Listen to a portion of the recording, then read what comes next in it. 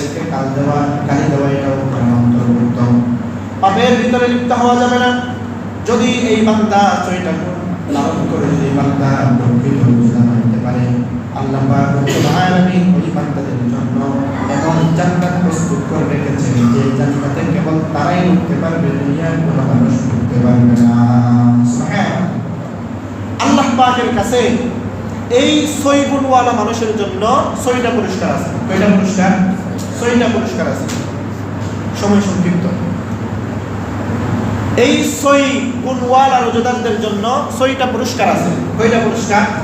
6টা পুরস্কার। এমনিতে পুরস্কার অনেক বললাম, পুরস্কারের কথা এমন অনেক বললাম না, কিন্তু এরপরেও আল্লাহ পাক আবার নির্দিষ্ট 6টা পুরস্কার ফজিলতের কথা তাদের জন্য বর্ণনা করেছেন। প্রথম নাম্বার হচ্ছে যারা রোজা রাখে, ওই রোজাদারের মুখ থেকে একটি দুর্গন্ধ বের হয় না? মানুষের সামনে গেলে ওই মানুষটা কটাক্ত করে দুর্গন্ধ বের হচ্ছে বলে তারই নমস্কার করে। কিন্তু রোজাদার ব্যক্তিরা মনে রাখবেন, আল্লাহ পাক রব্বুল আলামিন বলছেন ওই রোজাদারের দুর্গন্ধ আমার কাছে মেশকা আম্বরের চাইতে বেশি সুগন্ধযুক্ত। সুবহানাল্লাহ। কার কাছে ভাইয়া? আল্লাহর কাছে। কার কাছে মুরব্বি? আল্লাহ পাকের কাছে। আল্লাহ পাক রব্বুল আলামিন বলছেন রোজাদার ব্যক্তির মুখ থেকে যেই দুর্গন্ধ বের হয়, এই দুর্গন্ধ নিয়ে যখন বান্দা কিয়ামতের ময়দানে উপস্থিত হবে, তাদের মুখ থেকে দুর্গন্ধ ছড়াবে, আমি আল্লাহ পাকের কাছে মেশকা আম্বরের চাইতে বেশি সুগন্ধযুক্ত হবে।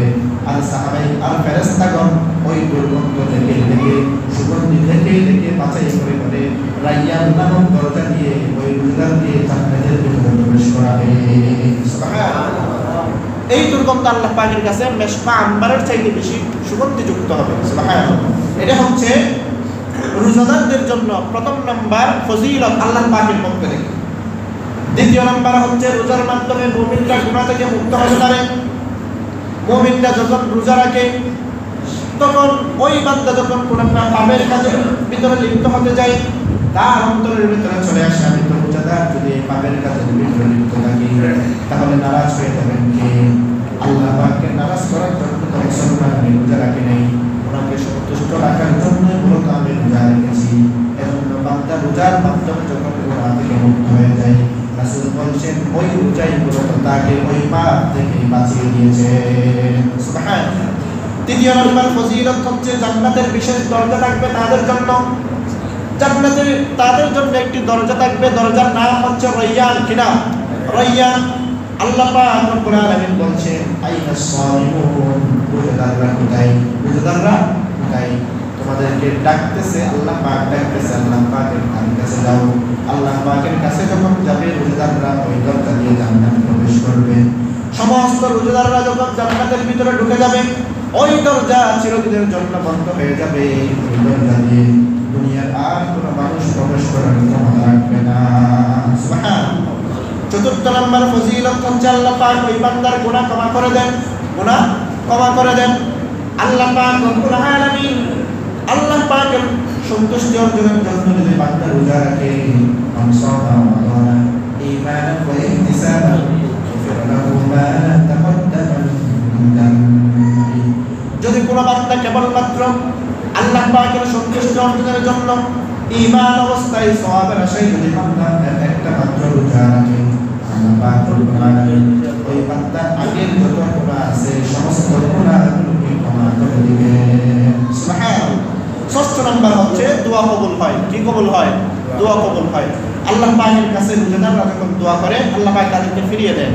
যেটাই দোয়া করবে সেটাই কবুল হবে। দোয়া কবুল হওয়ার কিন্তু 3টা শর্ত।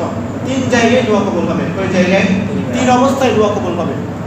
এক নাম্বার, আপনি দোয়া করেছেন সাথে সাথেই কবুল করে নিয়েছেন, এটাকে বলা হয় মুস্তাজাবুদ দাওয়া। যারা দোয়া করেন সাথে সাথে কবুল হয়ে যায়, ওই মানুষগুলোকে বলা হয় মুস্তাজাবুদ দাওয়া। আরেক নাম্বার হচ্ছে আপনি দোয়া করেছেন, হঠাৎ কবুল হয় নাই, 1 মাস পরে, 2 মাস পরে, 1 বছর পরে, 2 বছর পরে দোয়া কবুল হওয়ার সম্ভাবনা আছে না নাই?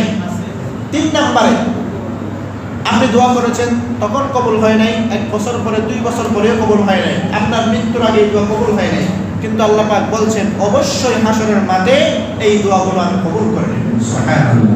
তখন মুমিনরা বলবে দুনিয়ায় যত দোয়া করছি এগুলো যদি দুনিয়ায় কবুল না হয়ে আজকের জন্য থেকে যাইতো, আমাকে জান্নাতে যাওয়া থেকে কেউ বাধা দিতে পারবে না। সুবহানাল্লাহ।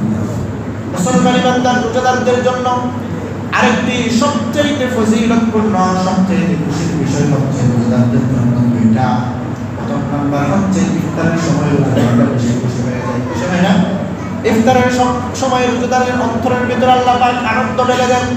সারাদিন যেই কেক তিনি কাছে স্বীকার করলাম, যেই কোরবানি দিলাম, সন্ধ্যাবেলায় এসে আল্লাহ পাক ওই কষ্টকে দূরীভূত করে দেন ইফতারের মাধ্যমে। দ্বিতীয় নাম্বারে খুশি হচ্ছে ওই রোজাদারদের সাথে স্বয়ং আল্লাহ পাক কিয়ামতের ময়দানে সাক্ষাৎ করবেন। সুবহানাল্লাহ। এই দুইটা খুশি রোজাদারদের জন্য, একটা দুনিয়াতে আর একটা আখিরাতে।